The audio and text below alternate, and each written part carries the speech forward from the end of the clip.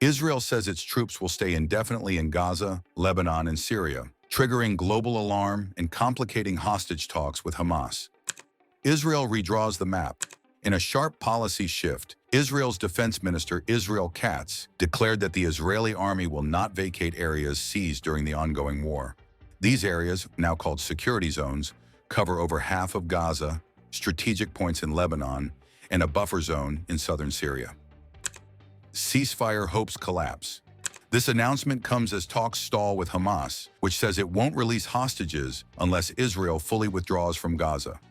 Israel, meanwhile, says controlling these zones is essential to stop another October 7-style attack. Hostage families speak out. A group representing hostage families slammed the move, saying, Israel promised the hostages come first, but is choosing territory over lives. The toll so far. Over 51,000 Palestinians killed, according to Gaza's health ministry, 90% of Gaza's 2 million people displaced. No aid has entered since March 2nd.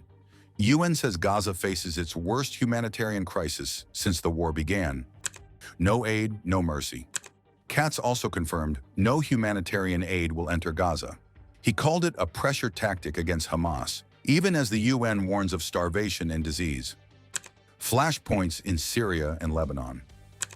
In Lebanon, Israeli troops have stayed on after a ceasefire with Hezbollah. In Syria, Israel advanced into buffer zones after rebels overthrew Assad in December. Both countries say this is a legal occupation. Trump's shadow looms large. The Trump administration backs Israel's hardline stance. Envoy Steve Witkoff is pushing a new deal that favors Israel, but talks are going nowhere. Trump even proposed turning Gaza into a U.S.-led tourism zone and relocating Palestinians abroad. Netanyahu has signaled he wants to act on that plan once Hamas is defeated. Why this matters globally? Israel says these are security measures, but critics, including UN officials and Arab nations, call it territorial conquest. The move defies the international ban on seizing land by force, a principle the U.S. applies to Russia and Ukraine. The big question: can peace talks succeed while Israel stays on seized land?